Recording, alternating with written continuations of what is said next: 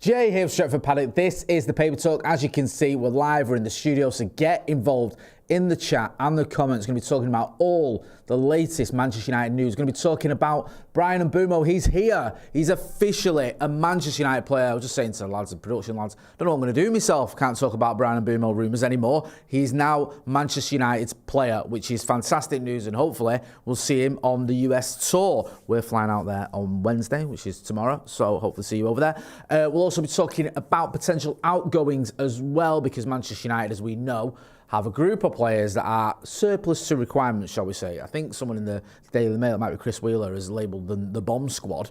So we'll get into all that. Make sure you're hitting that like button as well, please, people. We're going to talk about strikers too. Look, good to see loads of people in the chat already. Some of the usual suspects. Santa Notch's there, Kevin Aitchison, Steve M, Robert Tater, Brian Casey, Kevin Aitchison, Jacoya Trott. Good to see all you wonderful people. Make sure you are hitting that that like button. Steve M says, have you deleted your anti-Trump posts before you fly? It might be a good shout, that, to be honest with you. Let's get into Bryan Mbeumo then. Let's have a bit of good news. He's there. Look at him. Doesn't he look wonderful? I'm not getting carried away, but just from that picture, I can tell he's going to score loads of goals for Manchester United. Number 19. Who's your favourite number 19 for United? I'm trying to think. Danny Welbeck was 19 for a bit, wasn't he? Yeah, he's number 19. You saw the video that he did, which was a sort of parody of Interstellar. Very good, very funny. Looks at home. We saw his statement last night. In fact, I'll read a little bit about what he said, because I like this move. I like the fact that we've got a player that was keen to come to Manchester United. I was chatting to my pal this morning, talking about this, because in the past, we've signed players who have been happy to come to Manchester United in terms of coming here and you know, getting the wage or whatever, but you don't know whether they've actually been keen on a move. He was obviously keen on a move to Manchester United. He didn't want to go to Spurs, even though Thomas Frank, his former manager, has gone there. And that made this a little bit easier for United, because he had a player that was keen to come to United, which sort of stopped some of the drama. It was just the sort of the asking price where the to and from came about, where it was like back and forth over how much United were going to pay. But Bryan Mbeumo, one of the comments that he made in his interview when he joined was, as soon as I knew there was a chance to join Manchester United, I had to take the opportunity to sign for the club of my dreams, the team whose shirt I wore growing up. My mentality is always be better than I was yesterday. I know that I have the spirit and character to reach another level here, learning from Ruben Amorim and playing alongside world-class players. He also goes on to say, this is a massive club with an incredible stadium and amazing fans. We are really determined to challenge for the biggest trophies. Love that. Looks the part, says the right things, and I think he'll do the right things as well. I'm massively excited about his signing. We're talking about this on a watch-along. Look, I know we've signed big players before. We've signed big names. We've signed players for big money before. Players that have pedigree, players that have experience, players that are world-class. And you've expected it to work out, and for one reason or another, it hasn't. Almost nearly all of our signings post-Fergie, at least up until recently, haven't quite done what we wanted them to do. But when you think about what Bryan Mbeumo brings to this team, what his sort of his record, there's every reason to get excited. He scores goals. He scores goals in the Premier League. He fits into this system. You can see him being on that right-hand side as one of the two number 10s. He wants to play for Manchester United. He's got a very good injury record. And I always go on about the eye test, because I'm a simple guy. I like to actually watch footballers and make a judgment on them. When you watch him play, he plays very well. He's an exciting, talented footballer. And he's got that little bit of, I know the kids like to say aura, but I think he's got that sort of air about him where he's just unfazed. Thank you, Ben. He just seems to enjoy himself when he plays football, which is a far cry from what we see at Old Trafford at the minute, where everyone looks like they've got the weight of the world on their shoulders. So I'm excited about this one. Chris Griffith says, not 19 forever. Harry says, beautiful, bald head on him. Are you talking about me or Bryan Mbeumo? Let me know. Easy Now Star says, 19. Loads of comments here. I'm just going to go through some. Santa Not says, don't ask me, I'm from the era where number 19 didn't exist as a shirt number. I know what you mean. I was talking about this the other day. I still go, when I'm trying to remember numbers, I still go off the squad from the 93-94 team.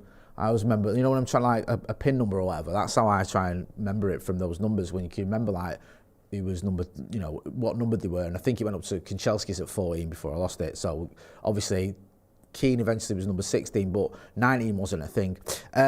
Sung Jinwoo says, Get Sesko done. Abdul Kaiser says, apparently Sancho deal is off. We were in conflicting reports about Jadon Sancho. I'll get to that in a minute. Matt says, we need Carlos Baleba next to add physicality to the midfield, strong tackler and great on the ball. Steve M, talking about the Sancho to Juve deal, says that was never on. Look, we've got Bryan Mbeumo. That is one signing that he's done. So far now, I said this a couple of weeks ago, once you get Bryan Mbeumo, it gives a different feel to the transfer window for Manchester United. We've brought in Mateus Cunha, we've brought in Bryan Mbeumo. We've also got Diego Leon as well. That's a solid start. That is a solid start to the transfer window. I expected Manchester United to spend around 120 million quid. I thought that'd be about right, 120 million quid without any sales, because we haven't got loads of money to spend. We obviously haven't got European football. We've also got all these issues with money as well, hence the reason we've seen layoffs and all this other stuff, bonuses being cut for staff, and just some of it's slightly nonsensical, but we know that we've not got loads of dough to spend. So I thought we'd spend around the 100 million, 120 million pound mark. However, we're going to spend more money, which we need to do. Let's be honest, we need to bring in at least 2 more players than we are going to have to sell. Adel Samakia says, pretty sure he will be a great player for us, talking about Mbeumo, but what will we nickname him? Going for Brymo. Opinions. So he's going for Brymo. Give us your opinion on that. What do we reckon of that? Producer Harry, Brymo, you having that one? Not really. Not really, says Producer Harry. Let me know what you think. Get involved in the chat. Danny Sabbath says, we finally got a ball player. I feel represented. Do you know what? Yeah, man. I'm feeling that. Michelle Jones and Kevin Aitchen, both at the same time, saying Big Bry. Producer Harry likes that one.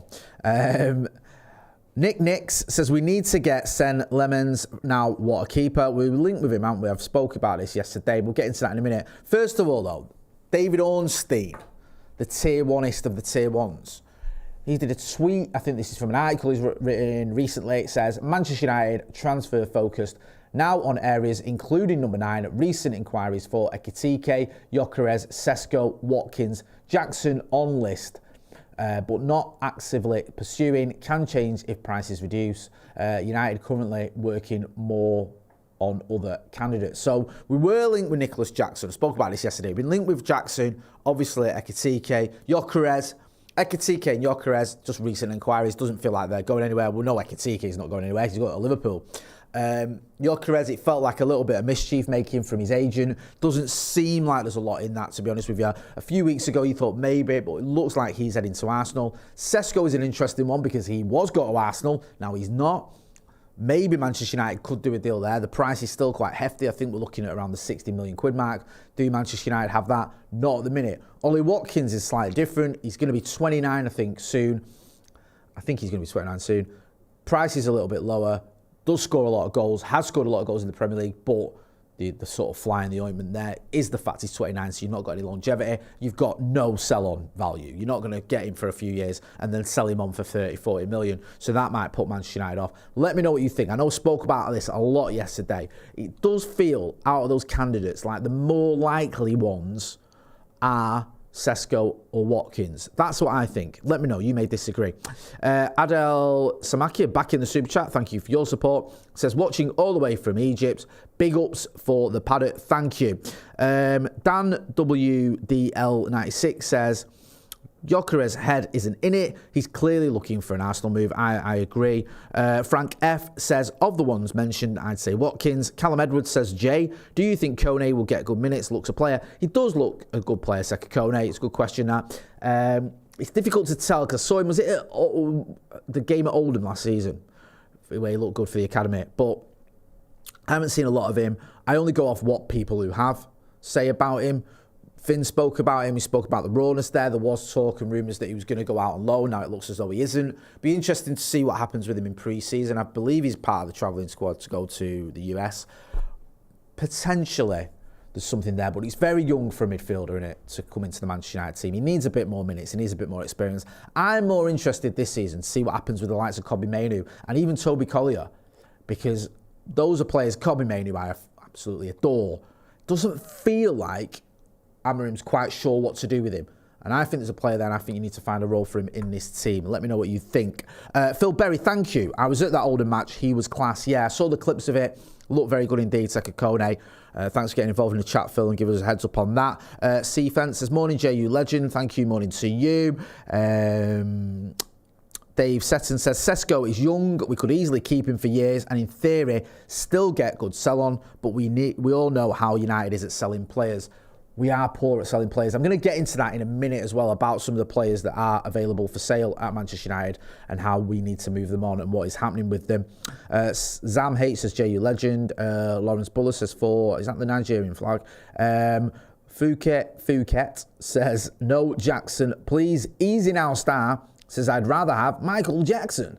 Laurie Whitwell, friend of the show. Friend of the channel, has actually got his own podcast on this channel, Inside United. Check it out. Says, Manchester United, attention now on sales, with several strikers being considered if Rasmus Højlund leaves. Sesko tracks, but no active thoughts on move. Club not planning to bid for Victor Gyökeres. Barca have 30 million buy option in Marcus Rashford loan. Marcus Rashford got his move to Barcelona, we know that. However, United aren't getting any big dough in for him immediately. We are getting him off the wages, and the wages are covered by Barcelona, which is a bonus because he's on quite a lot of money, but we're not getting in any dough for that one as of yet. So it's not like you're getting in 30 million, you can go, right, I'm going to go and spend that on Ollie Watkins or whoever. It's interesting that Laurie, and he's been saying this for a little while, does seem to be sort of pushing this story, reporting the story about Rasmus Højlund potentially just being surplus to requirements. It does feel like Rasmus Højlund, I think he said in the past that he sees Højlund, probably the chances of him leaving are more likely than unlikely. So it's interesting that what's going to happen with Rasmus Højlund. Sorry, forgive me, I was just trying to find the actual, what it says on the most recent article. It doesn't really say a whole lot on Højlund, but I know in the past he has spoken about Rasmus Højlund being moved on. I think the feeling is, though, if you are going to do that, you're going to have to bring in another striker, because you can't just go into this new season. Oh yeah, sorry, Ornstein mentioned it as well about Højlund. You can't just go into this new season with just Cheeto and Xerxes, and maybe you can play Mbeumo or Cunha up there, or even Ahmad. It's not ideal, is it? I don't see Højlund going unless another striker comes in. Let me know what you think about Rasmus Højlund. It seems to have lost the room, lost the crowd. I said this last season about the crowd at Old Trafford. Even the other day when he played against Leeds, there was quite a lot of stick for him on social media. It does feel like most United fans are not feeling Rasmus Højlund. Let me know what you think. Get involved in the chat and the comments. Callum Edwards says, I think there's a player there with Højlund. Needs goals in pre-season for confidence. Steve M agrees, way too soon to give up on Rasmus. Danny Sabbath says, call me insane, but we need a midfield upgrade before a striker. It's not insane at all. I think it's a debate that goes on in a minute. What's more important, midfield or striker? I would veer towards striker. I still feel there might be a combination there that works with Ugarte, with Bruno, with Mainu, with Collier maybe, with Casemiro maybe. But in an ideal world, you get a midfielder and a striker, and I think, never mind an ideal world, I think that is exactly what Manchester United should be doing, and I'd be very disappointed if we didn't buy a midfielder and a striker in this window. So yeah, I get your point about, well, we need to strengthen midfield, but I also feel like we need to strengthen up front as well. Those two things can be true, and I think they are. Chandran Mishra says, sign Baleba. We keep talking about Carlos Baleba from Brighton, big money. Would do a job. Everyone have heard talk about him, raves about him, but can we afford him? Brian Casey says, Watkins coming in would take the pressure off Højlund and maybe allow him to build his confidence back up. One thing I do like about Ollie Watkins signing, if it happened, would be the fact that, yes, at 29, you're probably only going to get a couple of years out of him, maybe 3 at the most, but during that time, perhaps someone like Cheeto could progress and become the player we think he can be. Maybe even that happens to Rasmus Højlund as well. Joe Donnelly says, I'd love Watkins over Rasmus all day long. Dave Setton says, surely we could offer players in any potential deals. It feels difficult because of the wages some of our players are on. Adel Samakia, who's supported this channel very well today, thank you, has become a member of the Academy. Thank you for your support. And thank you to everyone who's got involved in the chat and the comments so far. Let's talk about this bomb squad then. This is Chris Wheeler's article in the Mail. He's nicknamed the players that are not going or are surplus to requirements the bomb squad. I don't know if I quite like that moniker, to be honest with you. But he says Manchester United's bomb squad back home cast shadow over Ruben Amorim's trip to the United States. So I think he's saying that some of the big names aren't going. I think is it Garnacho, Sancho and Anthony are staying behind. Also, Tyrell Malacia are going to stay, because it's weird. Sometimes you take players that aren't necessarily part of your plans just because you want to put them in the shop window, you want to keep them fit.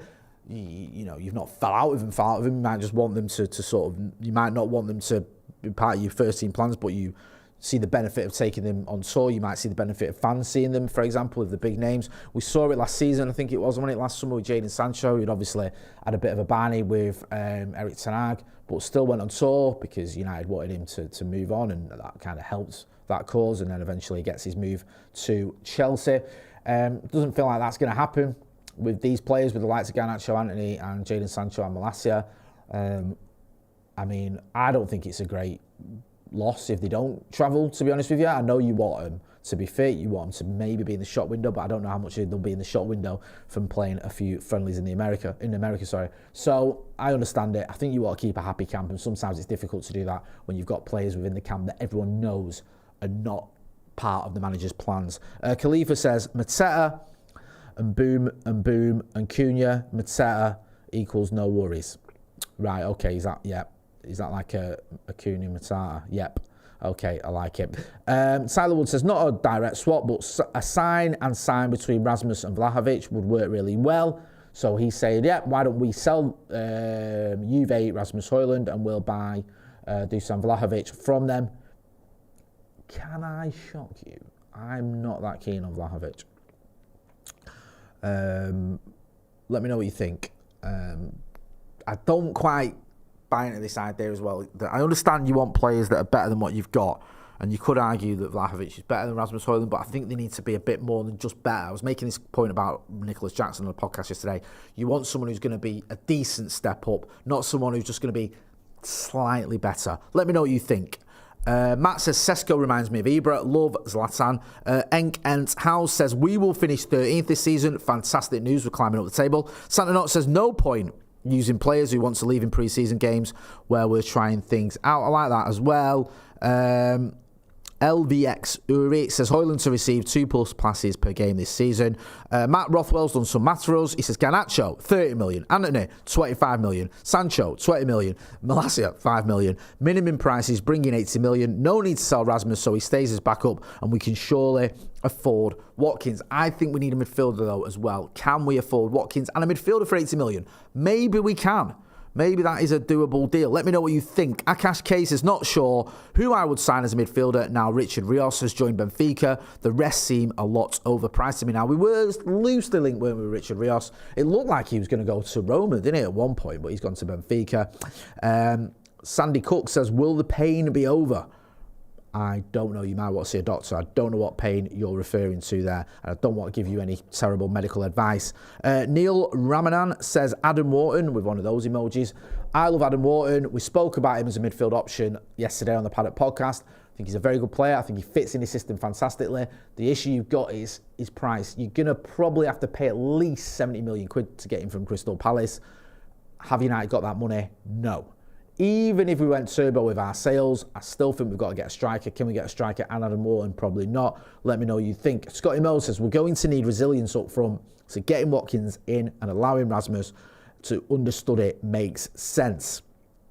Maurice Marshall says, let's try Mazza in the 6 for the season and focus on the striker.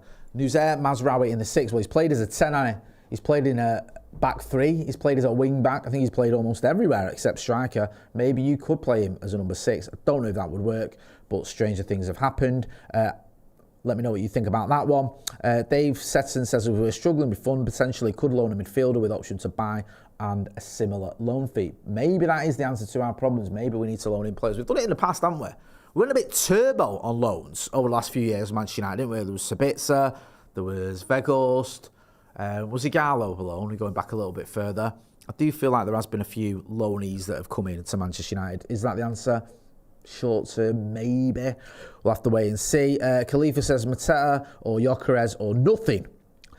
Any other option, including Watkins, I'm a bit scared of. Emily Ultra says, morning Jay, like Sesko, but still think we should keep Højlund. He might provide a bit more confidence in our attack. Pre-season against Leeds was rope. I'm going to leave it there. Thank you, everyone who got involved in the chat and the comments. Me and Joe Smith are going to be back later on with a video. Don't forget as well, we're going out to the US tomorrow to cover the US tour. So make sure, if you're not doing, you are hitting that like, share and subscribe button. Subscribe to the channel because we're going to be bringing loads of content over from the US. So make sure you don't miss out on all of that. Thanks to everyone. I've been Jay Moy. This has been The Paper Talk. See you in the next one.